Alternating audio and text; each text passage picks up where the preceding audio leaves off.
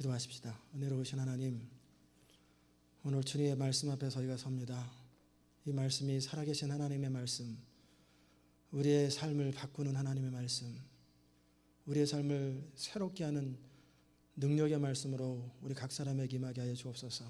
전하는 자의 입술을 주장하여 주옵소서. 예수 그리스도의 귀하신 이름으로 기도드리옵나이다. 아멘. 오늘은 하나님 나라의 동역자라고 하는 제목으로 함께 말씀을 나눕니다. 오늘은 고린도전서의 마지막 시간입니다. 고린도전서를 통해서 우리가 배웠던 것은 하나님의 교회가 어때야 하는지, 하나님의 교회는 어떤 것이 하나님의 교회인지 그 부분을 나눴습니다. 하나님의 관심은 교회예요. 하나님은 예수 그리스도의 몸된 교회를 통해서 하나님 나라 확장하는 것, 그것에 최고의 관심을 가지고 계십니다. 교회는 뭐냐면 예수 그리스도를 나의 주님으로 구세주로 고백하는 사람들의 모임이 2명이 있든 3명이 있든지 그것이 교회 공동체입니다. 여러분이 셀 안에서 그렇게 예수 이름으로 주님을 의지하면 그 장소가 또 교회가 됩니다. 여러분은 예수 그리스도를 주님으로 고백하고 하나님의 자녀된 특권을 누리면서 이제 하나님의 교회가 어떤 일을 해야 하고 어떻게 살아야 하는지 우리 고린도전서를 통해서 배웠습니다. 여러분은 고린도전서를 통해서 많이 느끼셨어요? 예수님은 하나님의 나라, 하나님의 영광을 위해서 몸된 교회를 사용하십니다. 그리고 한 사람 한 사람 여러분과 저를 동역자로 부르세요. 분명한 것은 하나님의 동역자로, 하나님의 친구로서 하나님과 같은 마음을 가지고 살아가는 사람은 가장 행복한 생애, 가장 최고의 생애가 보장됩니다. 저는 바로 여러분이 그런 하나님의 동역자가 되시기를 주의 이름으로 축원합니다. 아브라함을 하나님은 친구로 여기셨어요. 그래서 내가 내 종 아브라함에게, 종이란 단어를 안 사용했죠. 내 아브라함에게 무엇을 숨기겠느냐 하고 그의 비밀을 말씀해 주세요. 모세를 바라보면서 내가 대면하여 직접 얼굴을 보아 안자다. 다윗을 바라보면서 나는 그 다윗만 보면 마음이 흐뭇하다. 내 마음이 참 합하다. 이들은 모두 하나님의 동역자입니다. 바울도 역시 내가 이방인을 위해서 택한 나의 그릇이다. 동역자입니다.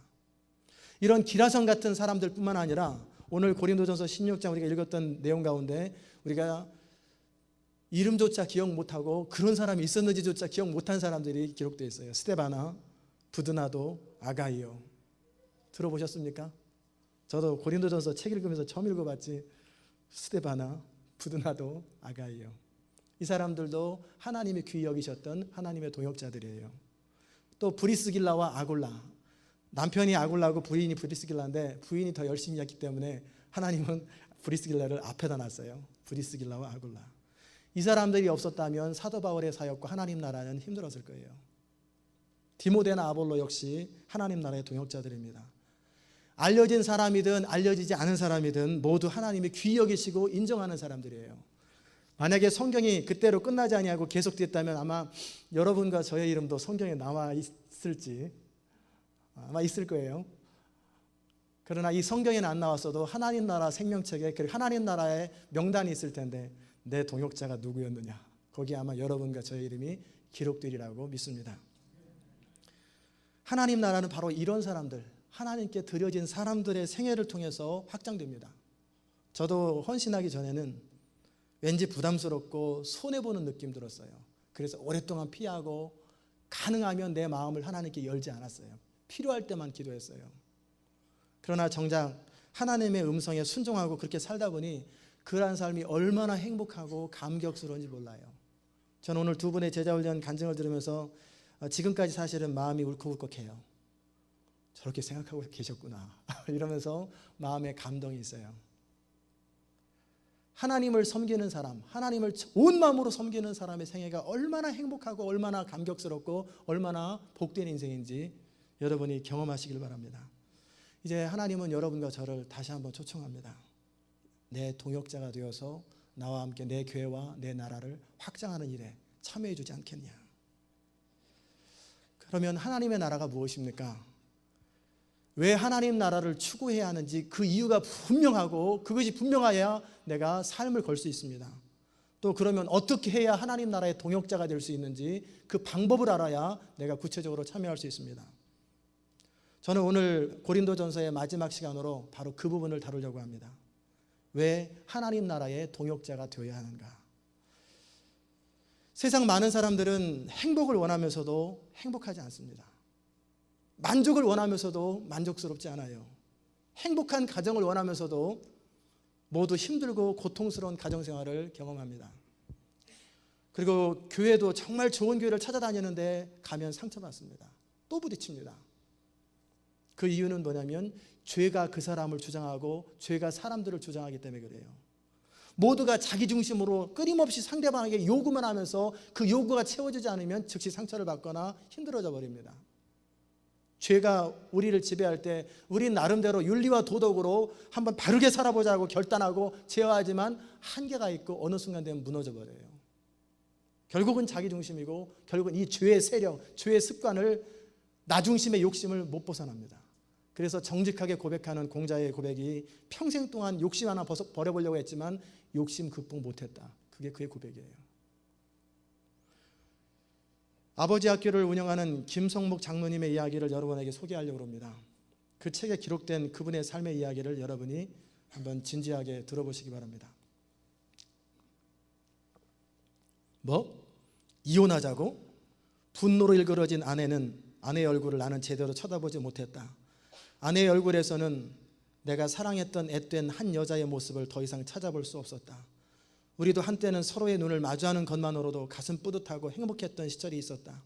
결혼을 결정할 즈음 나는 오랫동안 꿈꿨던 내 인생의 길보다 더 이 여자를 소중히 생각했었다. 그런데 분노에 떨며 눈물 범벅이 된 아내의 황폐한 얼굴, 이것이 다만 세월의 힘이라고만 한다면 참 무서운 일이다. 귀도 막고 눈도 가리고 싶었다. 물론 아내 말대로 모두 내 잘못이다. 내가 가정을 버리고 술집 아가씨와 바람 피우며 미친 듯이 놀아놨으니 내 잘못이 분명하다. 그렇지만 100% 내 잘못이란 말인가? 그것에는 전적으로 동의할 수 없다. 지금 악을 쓰고 있는 저 여자는 도대체 왜 내게 이렇게 험한 말을 쏟아붓는 것일까? 정말 모르겠다. 할 수만 있다면 저 여자를 모른 척하고 싶었다. 눈을 감고 미친 듯이 소리를 지르고도 싶었다. 그렇지만 아무것도 할 수 없었다. 내가 어떤 말을 하든 아내에게는 무책임한 사람의 변명쯤으로밖에 들리지 않을 것이다. 이런 상황에서 책임 있는 사람이라면 어떻게 행동할 것인가? 어떻게 행동하는 것이 최선일까? 아무리 생각해도 답이 떠오르지 않는다. 아내에게 눈길조차 두지 않은 채 한참 만에 겨우 이렇게 말했다. 내가 어떻게 했으면 좋겠어? 아내 역시 말이 없었다. 말이 없어서 고개를 돌려보니 아내는 나를 빤히 쳐다보고 있었다. 이를 악문 아내의 얼굴은 또다시 눈물 범벅이 되었다. 그걸 왜 나한테 물어? 어제까지는 내 말에 귀도 기울이지 않더니 이제 와서 물어? 왜 진작 내 말을 들었어야지. 내가 모른 척할 때 그만뒀어야지. 더 이상 나한테 뭘 기대해? 그건 내가 물어야 할 말이야. 당신 설마 내가 먼저 이혼 얘기 꺼내주길 기다렸던 거 아니야?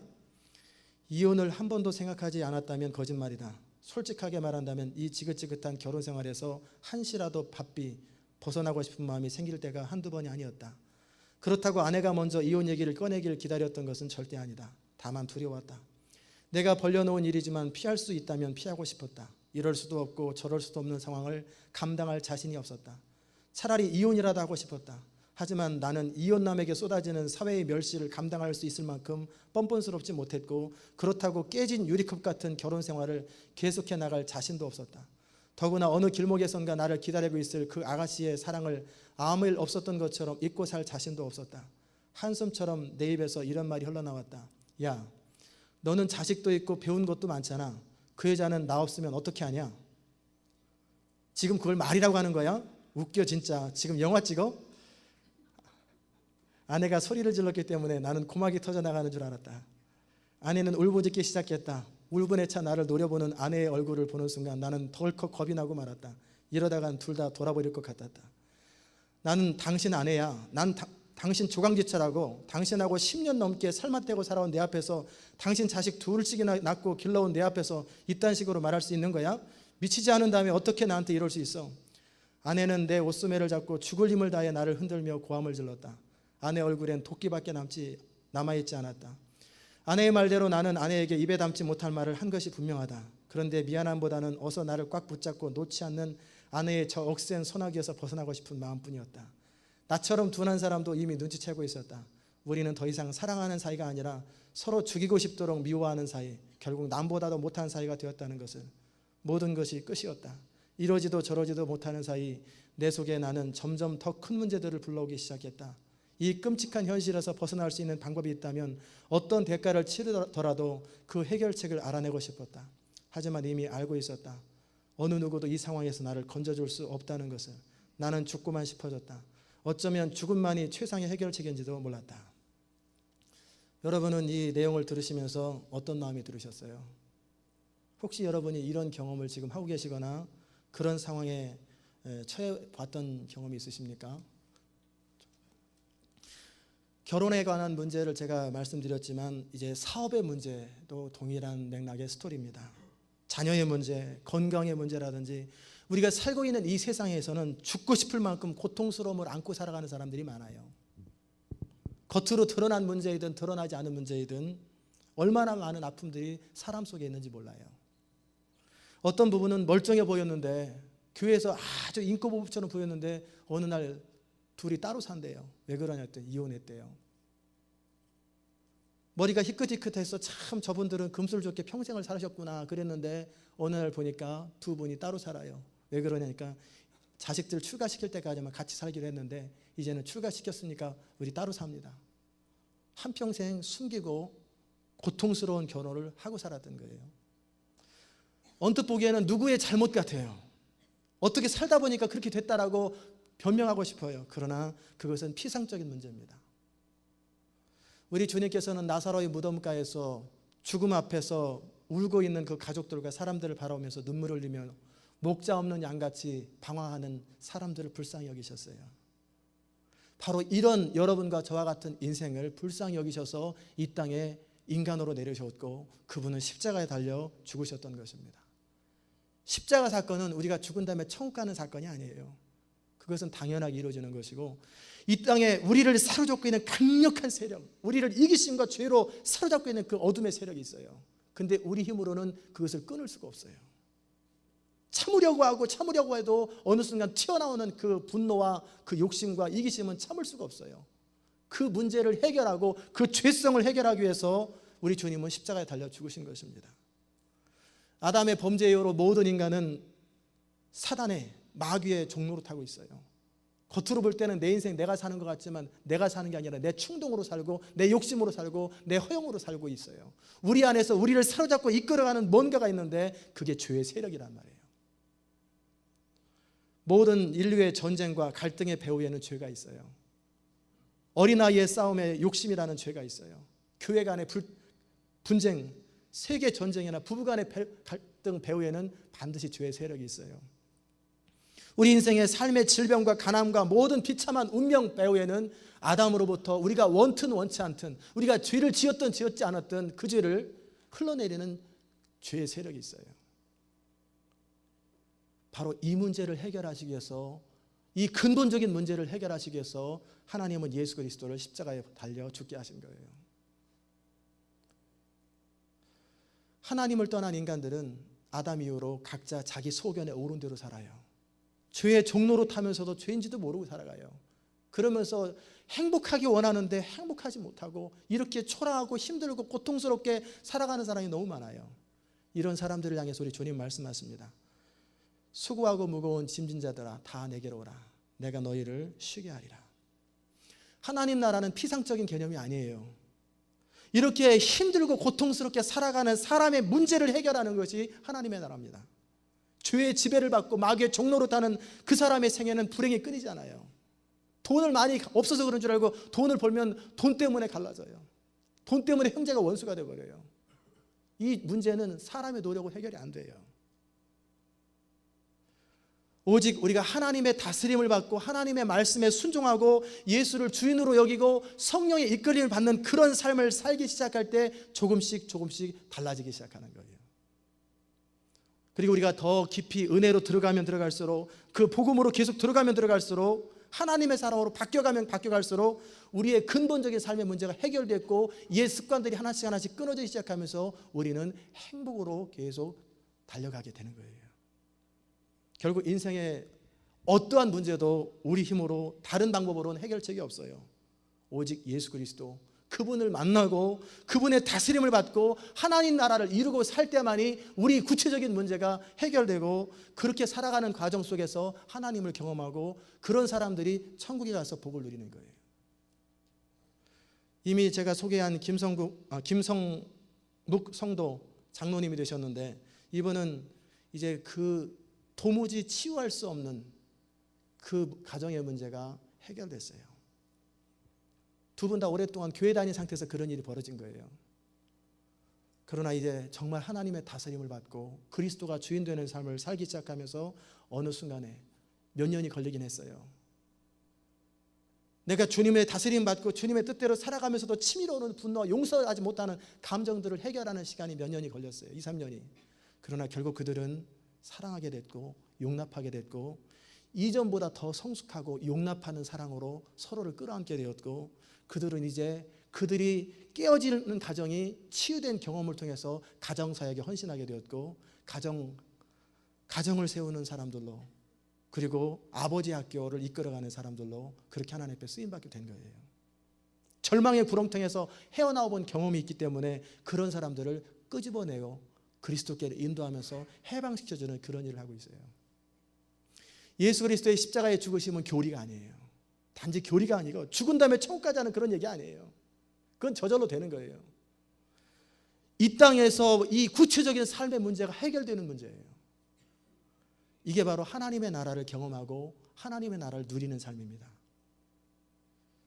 저는 이 교회에 많은 사람들이 와서 머릿수 채워주는 거 별로 관심 없어요. 표현이 좀 거칠지 몰라도요, 저는 매주 몇 명 오는지 정확하게 몰라요. 오늘은 좀 적게 왔구나, 서머타임이 시작돼서 그랬나, 그냥 그거밖에 몰라요. 몇 명 왔는지 정확하게 잘 세지도 않습니다.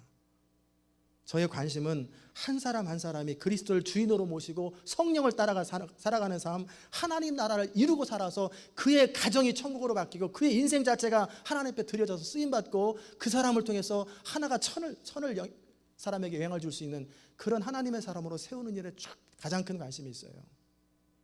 저도 죽고 싶을 만큼 힘든 시간을 보냈었어요. 그런 하나님의 은혜로 그 상황을 벗어났고 지금은 행복하고 만족스럽게 살아갑니다. 저는 어떻게 할 때 우리의 삶이 행복하고 만족스럽고 하나님의 다스림 받아 살아갈 수 있는지 알아요. 더 큰 능력을 받아서 강하게 쓰임받는 것은 앞으로 제가 더 기도하면서 추구할 일이지만, 적어도 여러분의 삶 속에 하나님 나라 이루며 행복을 누리며 살아가는 비밀은 알아요. 왜? 제가 겪어봤고 거기서 나와봤기 때문에 그래요. 그런데 그거는 어느 날 하루아침에 은혜 받았다고 생기는 것도 아니고요, 지식으로 해결되는 것도 아니에요. 훈련으로 다듬어지고 날마다 그리스도 앞에 자기를 쳐서 복종시키는 것이 연습되고 그럴 때 그 사람이 되는 거예요. 여러분이 말씀대로 또 은혜 받고 해야 되겠다고 결정하지만 안 되잖아요. 여러분 그런 차 타봤는지 모르겠어요. 엑셀을 밟아도 덜덜덜덜 그러면서 안 가는 차, 평지에는 잘 가는데 약간만 경사지면은 밑에서부터 달리는 속도가 있으면 몰라도 중간에 브레이크 한번 밟으면은 다시 올라가려면 덜덜덜 거리다 시동 꺼지는 차, 저 그런 차 타고 다녀봤어요. 평지에서도 브레이크 밟으면 시동 꺼져버려요. 언덕이 올라가려고 하는데 브레이크를 밟는데 올라가다가 툭툭툭툭툭툭 그럴 때 얼마나 불안해요. 뒤에 차가 오는데. 그럴 때 만약에 엔진 3800cc 새 엔진을 달고 가스 꽉 채우고 엑셀 한번 밟으면 쫙 올라갈 거 아니에요. 이게 크리스찬의 삶이에요. 내 힘으로 덜덜덜덜덜덜 거려가지고 미끄러질까 말까 그 불안한 인생에서 뭔가 모를 강한 힘이 팍 튀어나오는 건, 그게 성령의 능력이고 그게 보혈의 은혜와 능력이에요. 이것을 경험하고 살아갈 때 되는구나, 내 삶 속에 실제 이게 되는구나, 그걸 경험하는 거예요. 하나님 나라를 이렇게 내가 실제 누리고 살아가는 사람이 그 다음에 해야 할 일은 뭐냐면 이제 하나님 나라 확장하는 일이에요.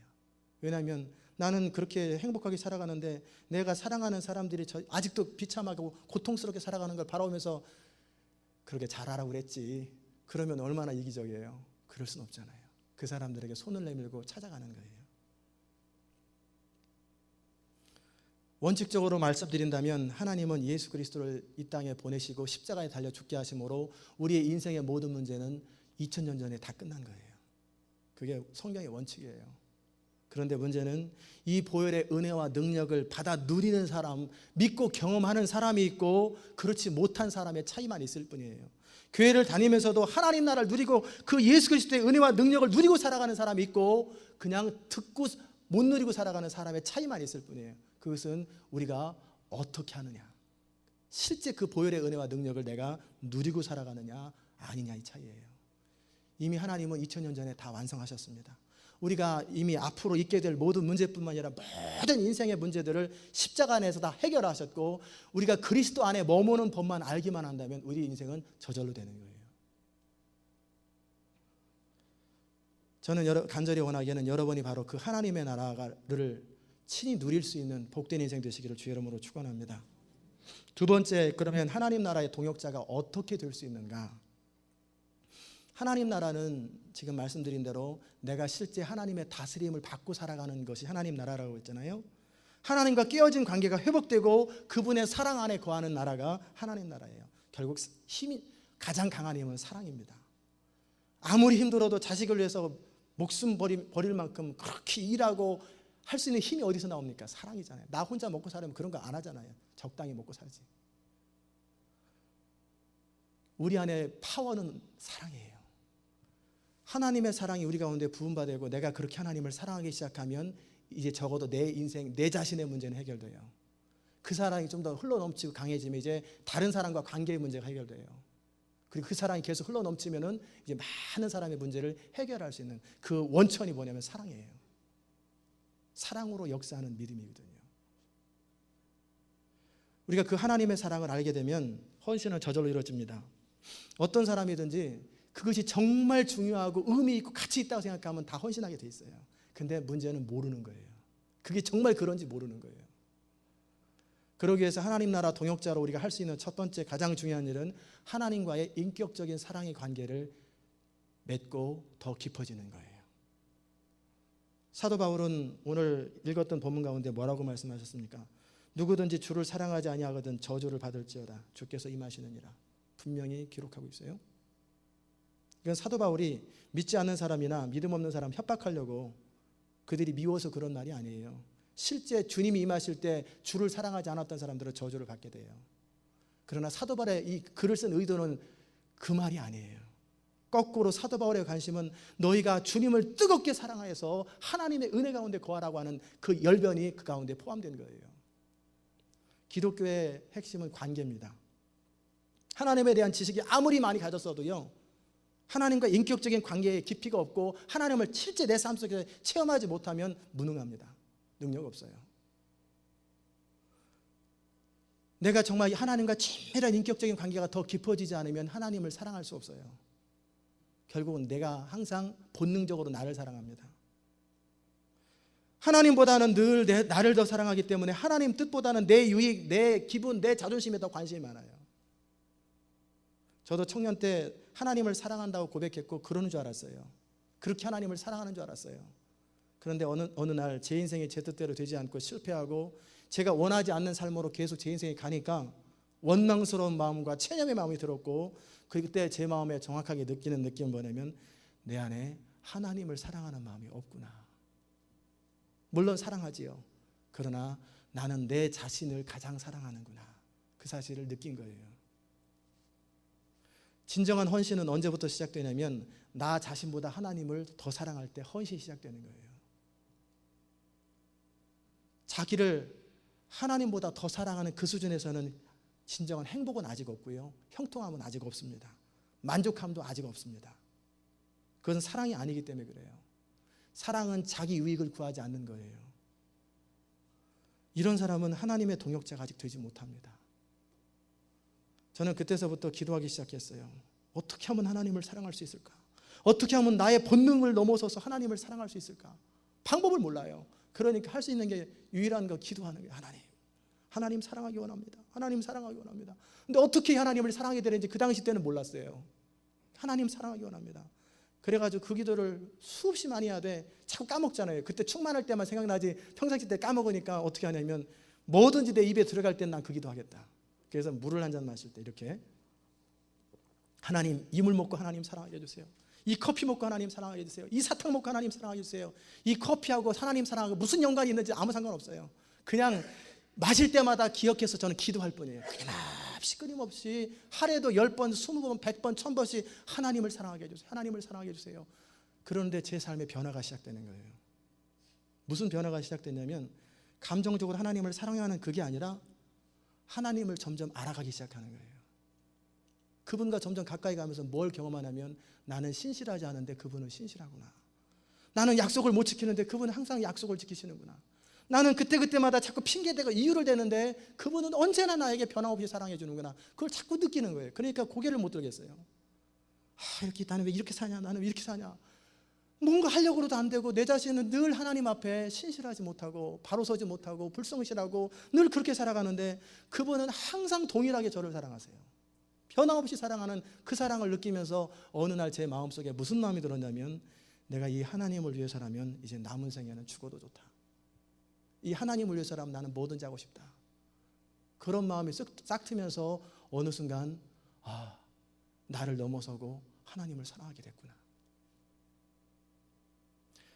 우리가 하나님을 더 깊이 알수록 하나님을 사랑하게 됩니다. 아까 우리 기도하시는 분이 기도하실 때 지혜와 계시 영을 주셔서 하나님을 알게 해달라고 그 기도를 하고 그랬잖아요. 여러분은 하나님을 사랑하게 해달라고 하는 그 기도와 함께 그 기도하세요. 지혜와 계시 영을 주셔서 하나님을 알게 하옵소서. 이 기도를 수십 번, 수백 번, 수천 번 끊임없이 기도하세요. 여러분이 정말 추구하는 것이 있다면 여러분 마음속에 끊임없이 생각하잖아요. 그런 것처럼 정말 중심으로 원하는 그 소원을 가지고 하나님 알기 원합니다. 하나님 닮기 원합니다. 하나님을 더 사랑하기 원합니다. 끊임없이 저는 우리 제자훈련팀에게 3000번씩 하루에 기도하라고 그래요. 3000번 기도하는 거 어려운 것 같아도 운동장 한 바퀴 돌면 서브디비전 몇 바퀴만 돌면 3000번 금방 기도합니다. 1시간이면 돼요. 일부러 시간 내지 못하더라도 차를 타고 가면서 하나님 계속 기도하는 거예요. 틈만 나면 기도하고 노트 하나 새 거 있으면 하나님 사랑합니다. 끊임없이 밥을 먹으면서도 모든 걸 그쪽으로 연결시키세요. 그걸 뭐라고 그러냐면 묵상이라고 그래요. 메디테이션이 아침에 30분 투자하는 게 메디테이션이 아니라 묵상이 아니라 하루 종일 그 생각하면서 틈만 나면 사람들과 말할 때를 제외하고는 나머지는 계속 그 사랑하고 자면서까지라도 하나님을 사랑하기 원합니다. 그러다 보면 어느 순간 여러분이 변해 있어요. 그게 능력이에요. 그게 능력이에요. 그렇게 하나님을 사랑하는 사람은요, 하나님의 뜻이라면 뭐든지 합니다. 그런 사람들은 하나님께 묻고 그분이 뭔가 말씀하시면 목숨을 걸고 순종하고 헌신합니다. 그 파워가 하나님 사랑에서 나오기 때문에 그래요. 두 번째로 하나님 나라의 동역자가 되는 방법은 뭐냐면 서로의 부족함을 채우는 거예요. 하나님 나라 일은 혼자 안 됩니다. 서로 함께 서로의 부족함을 채워가면서 함께 이뤄가는 거예요. 스데바나나 부드나도나 아가이가 온 것을 기뻐한다고 말했는데 그 이유는 그들이 우리의 너와 나의 부족함을 채워주는 사람들이었다. 우리는 완전하지 않습니다. 조금씩 부족합니다. 모두가 좀 더 잘하는 부분이 있고 잘 못하는 부분이 있어요. 이때 서로의 부족함에 대해서 내가 채워주는 거예요. 그 사람이 컴플레인, 그 사람이 어떤 비판 대상이 아니라 그 모자라는 부분은 내가 대신 채우리라. 여러분에게 뭔가 보인다면 그것을 채우라는 거예요. 그래서 더불어 함께 주의 일에 더욱 힘쓰는 자가 되고 서로를 채워주려고, 부족함을 채워주려고 할 때 우리는 하나님 나라를 이루는 동역자가 되는 것입니다. 사도 바울은 16장 고린도전서 16장 1절에 선교 헌금하는 방법에 대해서 1절 2절 나와 있습니다. 은혜 받았다고 그날 즉시에 그렇게 하는 게 아니라 매 주일 첫날에 너희가 소득에서 이문을 남겼으면 그것을 따로 구별해서 저축한 다음에 선교를 하라는 거예요. 즉흥적으로 하지 마라. 하나님 나라의 동역자가 되는 방법 중에 또 다른 방법은 뭐냐면 직접 선교지로 필드로 나가든지 아니면 기도와 물질로 돕는 방법이 있어요. 우리 주님 말씀하셨습니다. 물질이 있는 곳에 내 마음이 있다. 물질이 가지 않으면 기도 안 됩니다. 제가 지난번에 이번 주간에 박광석 선교사님과 함께 대화하는 중에 선교 헌금에 대해서 많이 생각하게 됐어요. 우리 교회가 재정의 반을 선교와 구제와 장학 기타 생명권을 쓰고 있습니다. 그렇게 선교하다 보니까 교회는 선교하는 교회가 되는데 그래서 교회는 복을 받아가는데 우리 성도들은 실제 선교 안 하더라는 거예요. 교회에서 하니까 성도들은 그걸 즐기고 구경하더라는 거예요. 결과적으로 기도하지 아니하고 선교에 헌신하지 아니하고, 그렇기 때문에 하나님께로부터 받아야 할 복을 못 누리고 살더라는 거예요. 이런 이야기를 함께 나누는 과정 속에 선교사님이 강력하게 권한 것이 있어요. 교회에서 직접 선교헌금 하지 마라. 선교하지 마라. 성도들이 직접 한 사람 한 사람에게 작정하게 하고 그렇게 헌금하도록 해야 선교가 된다. 그래야 그 사람이 선교하는 사람이 된다는 거예요. 그리고 부족한 부분은 교회에서 채워라. 저는 지난 몇 년간 우리 교회 선교를 바라보니 마음에서 모두가 우러나서 하는 선교가 아니라 전시적 선교예요. 여러분으로 하여금 제가 선교에 대한 열정과 헌신하는 마음을 막아버렸어요. 제가 여러분을 못하게 막은 거예요. 왜냐하면 정책적으로 교회가 그렇게 해버리니까 여러분은 안 해도 교회 선교 잘하잖아요. 그냥 내버려 두는 거예요. 그러다 보니 실제 선교사님이 무슨 일 하는지도 모르고, 아이들이 누군지 뭐 하는지 전혀 몰라요. 주보에 나와 있는데도 누군지도 몰라요. 그게 우리의 현실입니다. 교회 예산으로 선교하는 것이 아니라 우리 각자가 선교지를 마음에 확정하고 그 선교사님을 위해서 기도를 심고 물질을 모으고 그렇게 해서 헌금을 직접 모아가지고 한꺼번에 보내는 거예요. 그게 선교예요.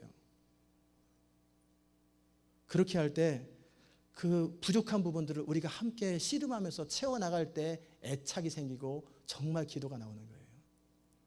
실제 매주 주보에 나와 있듯이 선교헌금 별로 안 나옵니다. 이번 주는 굉장히 많이 나온 거예요. 근데 평상시에 하나님 나라를 추구한다면서 성도들을 구애에 그치게 만들고, 실제 하나님 나라를 위해 헌신하지 못하게 만들고, 하나님 나라에 위해 기도하지 못하게 만든 책임이 저한테 있어요.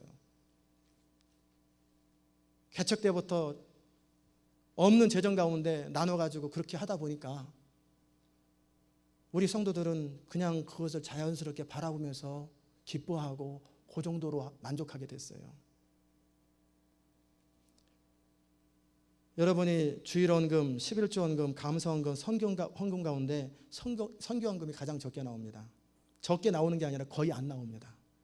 하나님 나라와 영광을 위하여라고 하는 구호가 무색하게 한 주에 20불도 안 나오는 때가 대부분이에요. 거의 100불도 안 나옵니다. 그 말은 무슨 말이면 선교에 실제적인 관심 없다는 거예요. 여러분과 제게 실제 선교에 관심 없다는 거예요. 그렇죠? 이것은 여러분의 잘못이 아니에요. 제 잘못이에요.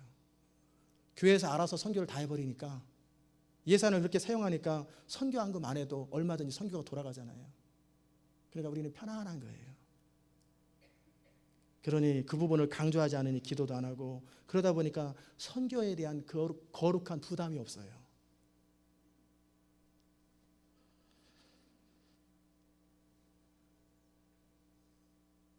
그러나 이제 우리가 하나님 나라를 위해서 서로의 부족한 부분들을 채우는 거예요. 다른 사람의 부족한 부분들을 서로 채워주고, 그것을 놓고 없을 때는 기도할 때 마음이 생기고 하나님의 역사와 능력들이 생기는 거예요. 우리가 정말 그렇게 하나님 나라를 위해서 헌신하고 드려지면 우리 삶의 모든 필요는 저절로 채워집니다. 우리가 경제적으로 힘들고 쪼들리고 살아가는 모든 것이, 우리가 다시 한번 돌아보세요. 내가 정말 하나님께 인색한 사람인지, 정말 물질로 하나님 나라를 추구하는 사람인지 한번 돌아보세요. 이제는 선교사님들을 위해서 기도를 모아야 되고 물질을 모아야 합니다. 그래서 선교위원회에서는 각 선교 소식을 정리해서 성도들에게 자료로 나눠드리고, 구체적으로 언제든지 뺄 수 있는 장소에다가 비치하고, 그리고 자세한 내용을 알아야 기도를 할 수 있잖아요. 어떤 것을 우리 교회가 선교하고 있는지, 어떤 방향으로 선교하고 있는지, 구제하는지 모든 성도들이 참여하고 기도하고 그것을 놓고 가슴 아파하면서 기도하고 헌금하게 될 때 우리는 관심이 생기게 될 거예요. 선교지에 정말 필요한 기도의 제목이 우리의 기도 제목이 되고, 그리고 이 지역사회에 어려운 사람들의 그 입장이 우리 입장이 되어서 그들에게 사랑으로 다가가기 시작하고, 아직도 하나님 나라 경험하지 못하는 사람들에게, 그렇게 힘들고 불행하게 살아가는 사람에게 복음의 열정을 가지고 그들을 주께로 돌아오게 하며, 그렇게 서로의 부족한 부분을 채워주기 시작할 때 우리는 하나님 나라를 누룩처럼 확장하는 사람이 되는 것입니다. 아멘입니까? 우리가 지난 3년 반 동안 그런 거 안 했어요. 그러니 내가 뭔가를 할 적에 그렇게 할 때는 뭐 하지만, 다른 사람이 뭔가를 할 적에는 옆에서 구경해요. 안 쳐다봐요. 왜? 부족한 부분을 채우는 연습이 안 돼 있어요. 그러다 보니까 너무나 많이 바라만 보는 사람들이 너무 많아요. 선교원금은요, 돈이 남아서 하는 거 아니에요. 아끼고 절약해야만 선교할 수 있어요. 우리가 부족할 때 사르밧 과부처럼 우리의 것을 드리기 시작할 때 하나님의 기적이 3년 반 동안에 기근을 해결하는 거예요. 내 점심값인 점심인데 오병이어처럼 내어드렸더니 5,000명이 먹고 12강주를 거두는 기적이 실제 경험되는 거예요. 여러분, 매주 나가는 CD, 무료로 드리는 CD 얼마인 줄 아세요? 물어보는 사람 거의 없더라고요. 50센트예요. 여러분이 커피 한 잔을 아끼면 큐티에서 마시면 2장, 스타벅스에서 마시면 6장을 전도용 CD를 만들 수 있어요. 외식 한번 하지 않으면 그 가격에 따라서 적어도 30장에서 50장의 CD가 만들어져요. 그것을 사람들에게 돌리게 될 때 그것을 듣고 예수께로 돌아오거나 믿음이 회복되었다면 그것은 여러분의 공로예요. 그게 바로 하나님 나라의 동역자입니다. 저는 청년 때 돈이 없었어요. 제가 아르바이트해서 생활비를 벌면서 공부를 했어요. 그런데 테이프 선교에 참여하고 싶었어요. 그때 괜찮은 말씀이 있는 테이프가 있었거든요. 특별히 그 테이프는 우리 교회랑 스타일이 비슷해요. 잠든 영혼들, 교회 다니지만 회개하지 않는 영혼들을 깨우는 그런 테이프였어요. 하나에 260원이었어요. 근데 그 테이프 선교원금에 참여하고 싶은데 난 엑스트라 돈이 없어요. 어떻게 하면 좋을까? 한참을 생각하는데 문득 생각이 떠올랐어요. 제가 공부하기 때문에 따로 시간 낼 수는 없으니까 점심 먹고 한 잔, 저녁 먹고 한 잔 마시는 커피가 있구나. 자판기 100원짜리. 그 커피가 얼마나 맛있고 얼마나 향기가 좋은지 몰라요. 그런데 그 2잔의 커피를 아끼면은 almost 하루에 테이프 하나를 만들 수 있겠구나. 그래서 이제 커피를 안 마시게 됐습니다. 점심 먹고 커피 마시고 싶으면 커피 마시는 사람 근처에 이렇게 와서 향기만 맡고 물 한 잔 마시고 도서관으로 들어가는 거예요. 그리고 저녁 때 또 커피 마시고 싶으면 한 바퀴 쭉 돌고 또 운동 삼아 커피 마시고 이렇게 잔을 이렇게 컵차기 하면서 운동을 했는데 쓰레기통에서 주워가지고 물로 헹궈가지고 컵차기를 하는 거예요, 혼자. 그러면 하루 지나면 테이프 하나. 이 테이프 두고 누가 예수 믿으면 좋겠다. 누가 믿음이 회복됐으면 좋겠다. 그렇게 맨날. 근데 어느 날은 커피가 무척 마시고 싶어요. 졸리기도 하고 무척 마시고 싶어서 자판기 주위를 도는데 하나님께서 뭐라고 말씀하시냐면 내가 네 마음을 알았으니 하루에 한 잔은 마셔라. 그래서 점심은 안 마시고 저녁은 마시기로 했어요. 그래서 점심은 테이블로 드리고 저녁은 이것은 하나님이 나한테 주신 하나님 커피다. 그래가지고 그 커피가 그렇게 맛있어요. 2잔 마시다 한 잔 마시니 향기가 좋고 그걸 또 씻어가지고 그 다음날 점심 때 컵차기 하는 거예요. 그래서 저는 매주 테이프를 얻어옵니다. 물론 무료이기 때문에 테이프가 70개씩 얻어왔어요. 저는 몇 개밖에 그래봐야 한 2개나 3개 값밖에 못 내지만 다른 사람이 누군가 헌금했기 때문에 저는 70개씩 얻어왔어요. 그래서 기차역에서 사람들 나눠주는 거예요. 내가 아는 사람 나눠주고. 여러분, 선교는 돈이 있어서 하는 거 아니에요. 마음으로 하는 거예요. 우리 마음이 모아지면 아끼게 돼요. 그렇게 아끼고 절약하고 모아서 선교헌금을 드릴 때 우리의 관심이 가고 기도가 들어가게 돼 있어요. 그렇게 할 때 하나님 나라와 영광을 위해서 살아가는 것이 실제 내 삶 속에 이루어지는 거예요. 우리가 그렇게 물질에 있어서 그의 나라와 그의 일을 구하면 여러분은 사는 동안에 물질 때문에 어려움 겪지 않습니다. 하나님이 필요한 건 다 채우겠다고 그랬어요. 아멘. 시간이 모자라는다는 사람이 있어요. 시간에 있어서 하나님 나라와 영광을 구하세요. 시간이 없어서 기도하기 어렵고 말씀 읽기 어렵고 예배가 참여하기 어렵다고 생각하시는 분은 늘 바쁠 거예요. 평생 동안. 실제적으로 시간을 규모 있게 사용하는 법을 몰라요. 바쁘기만 해요. 그렇다고 큰 일을 이루는 것도 아닌데. 시간이 모자라는 사람은 오히려 시간을 주님께 드리세요. 마틴 루터나 지금 살아있는 조영기 목사님 같은 경우 얼마나 바쁘겠어요. 그래서 하루에 3시간씩 주님께 드려요. 바쁘기 때문에 나는 3시간을 주님께 드린다. 그렇게 드리지 않으면 나는 이 일들을 감당할 수 없다. 계산이 안 나오잖아요. 오병이어처럼. 그런데 돕는 사람이 생기고 그렇게 살아가는데 3시간씩 기도하는데 하루에 운동할 시간, 쉴 시간까지 다 있어요. 그러면서도 그 목회를 다 하는 거예요. 마틴 루터 그 사역을 다 이루는 거예요. 여러분이 정말 바쁘면 시간을 더 많이 드리세요. 바쁘면 바쁠수록 더 하나님께 시간을 드려보세요. 기도해보세요. 말씀 읽어보세요. 그러면 희한하게 돕는 자리 생기고 실수 안 해요. 한 번에 착착 되고 효과적으로 되고 그리고 적절한 좋은 사람이 딱딱 붙어요. 그래가지고 내가 안 해도 되도록 일을 하나님께서 허락하세요. 실제 커다란 일은 나 혼자 한다고 되는 거 아니에요. 좋은 사람이 옆에 붙어야 돼요. 그리고 규모 있게 시간을 활용할 수 있는 지혜가 있어야 돼요. 우리가 이렇게 하나님 나라 동역자가 된다는 것은 입이 아니라 실제적이고 구체적이어야 돼요. 목적이 이끄는 삶에 보면 재미난 구절이 나와요. 뭐라고 나오냐면 내가 못 가도 마음은 함께 할게 알았지? 그럴 때 이게 무슨 뜻인지 아는가? 무슨 의미인지 아는가? 아무 의미 없다. 가지 않고 입만 마음만 간다는 것은 아무 의미 없다는 거예요. 구체적이고 현실적이고 실제적일 때만 의미 있다는 거예요. 하나님 나라도 마찬가지입니다. 우리가 정말 하나님을 사랑하는 것이 삶으로 표현되지 않으면 그것은 사랑하는 거 아니에요. 어느 순간 코너에 몰릴 때 여러분이 어느 순간 원망하고 씁쓸한 마음이 생길 거예요. 왜? 실제 사랑하지 않기 때문에 그래요. 저는 우리 모두가 하나님 나라 동역자가 되기를 간절히 바랍니다.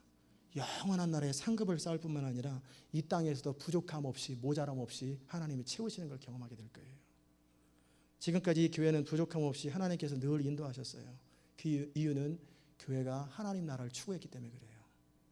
이제는 저와 여러분 각자 각 개인이 각 가정이 하나님 나라를 그렇게 구체적으로 물질로 시간으로 드리는 거예요. 그러면 우리가 영원한 곳에 상급을 쌓을 뿐만 아니라 이 땅에서도 모자르지 않게 채우시는 능력의 하나님을 경험하게 될 것입니다. 오늘 하나님의 나라의 동역자라고 하는 제목으로 말씀을 함께 나눴어요. 예수님께서 십자가에 달려 죽으신 것은 여러분과 저의 생명을 구원하고 우리가 이 땅에 살아가는 동안에 생명력 있고 풍성한 삶을 살기 원하는 하나님의 소원 때문에 그래요. 더 이상 죄와 사망이 우리를 다스리는 것이 아니라 하나님이 다스리는 삶. 아담의 타락 이후로 찾아온 비참 운명이 바뀌어서 이제 만족스럽고 감격스럽고 행복한 인생으로 변화되는 인생. 그게 바로 하나님 나라입니다. 하나님 나라는 말에 있지 않아요. 실제 삶에 있어요. 삶 속에 적용할 때 철저하게 순종해 나갈 때 내 삶 속에 구체적인 하나님 나라가 경험되는 거예요. 바로 여러분과 저의 가정이 우리 교회 전 모든 식구들이 그 하나님 나라를 경험할 수 있기를 바랍니다. 그리고 이제는 우리를 통해서 이 교회를 통해서 전 세계 구석구석에 미전도 종족과 지금도 예수를 알지 못하는 사람들, 교회를 다니지만 여전히 믿음이 없는 사람들, 그런 사람들에게 우리의 축복이 흘러넘치길 바라요. 이 축복의 통로가 될 때 우리는 하나님 나라의 동역자로 영원히 남는 생애를 살게 될 것입니다. 기도하십시다. 은혜로우신 하나님 감사합니다. 오늘 이렇게 이 아침에 주의 말씀 듣게 하시니 감사합니다. 이제는 우리가 그 하나님 나라를 동역자로 살기 원합니다. 우리 주님께서 3년 동안 말씀을 가르치시고 그렇게 했다가 십자가를 안 졌다면 그 주님의 사랑이나 교훈이 아무것도 의미가 없었던 것처럼 이제는 우리가 실제 삶으로 하나님을 섬기고 삶으로 주님을 따라가는 그런 삶을 그런 인생이 될 수 있도록 복을 내려 주옵소서. 감사드리며 예수님의 이름으로 기도드리옵나이다. 아멘. 잘 일어나셔서 519장 함께 찬송하십시다.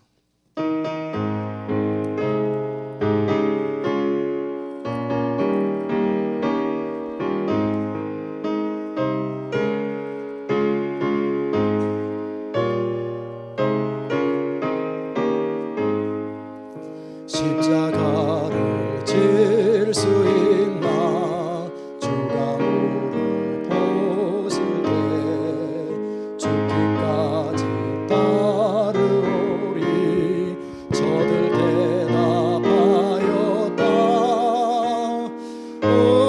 우리의 생명 주의 것이니 당신의 형상 만드소서 주임도 따라 살아갈 동안 사랑과 충성 늘 바치오리다 너는 기억하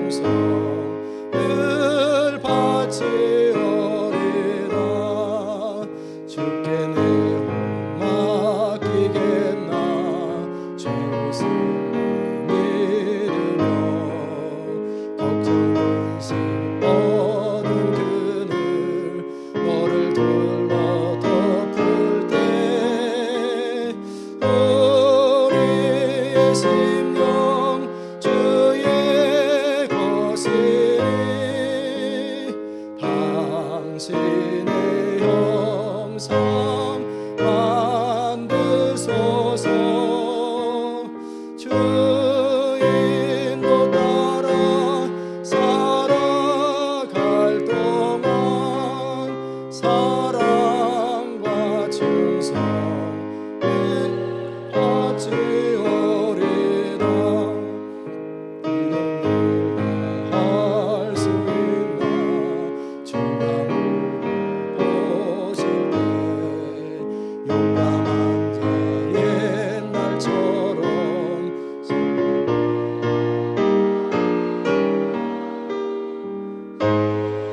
있나 주가 물어보실 때 용감한 자 옛날처럼 주의 것이니 당신의 형상 만드소서. 주 인도 따라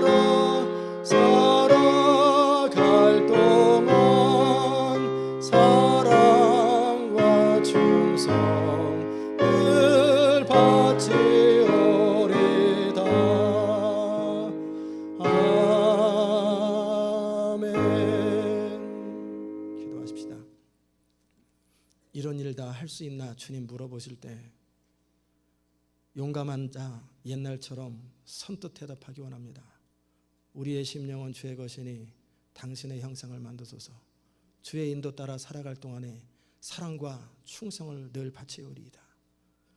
하나님, 오늘도 주님 앞에 귀한 예물을 드렸습니다. 이 예물은 우리의 시간이 담겼고 우리의 생명이 담겨 있습니다. 하나님, 이 물질이 하나님 나라와 영광을 위해서 쓰여지기 원합니다. 10의 1조로 주님께 드린 사랑하는 성도들, 그들의 창고가 넘쳐나게 하시옵소서. 물질의 선한 청기기가 되게 하옵소서. 감사 예물을 주께 드린 성도들, 날마다 감사와 기쁨이 넘치는 삶이 되게 하시옵소서. 내전에 올 때 빈손으로 오지 말라고 주님 명하신 대로 주일 예물을 가지고 나온 사랑하는 성도들, 예배 때마다 주의 세미하신 음성을 듣고 그 말씀이 우리를 사로잡는 복을 허락하여 주옵소서. 선교하며 구제하고 전도하며 장학을 위해서 물질을 구체적으로 드리는 사랑하는 성도들, 주께서 약속하신 대로 이 모든 것이 그들의 삶 가운데 채워지는 것을 보게 하여 주옵소서. 몸된 교회를 위하여 수고하며 애쓰는 성도들, 꽃꽂이하며 음식을 준비하며 또 사람들을 돌보며 청소하며 각자 자신의 자리를 묵묵하게 지키는 사랑하는 성도들, 다윗과 같이 하나님 마음에 합한 사람들 다 되게 하여 주옵소서. 모든 것이 주께로부터 왔기에 다시 주께로 올려드리오니 주의 나라 주의 영광 이루시옵소서. 예수님의 이름으로 기도드리옵나이다.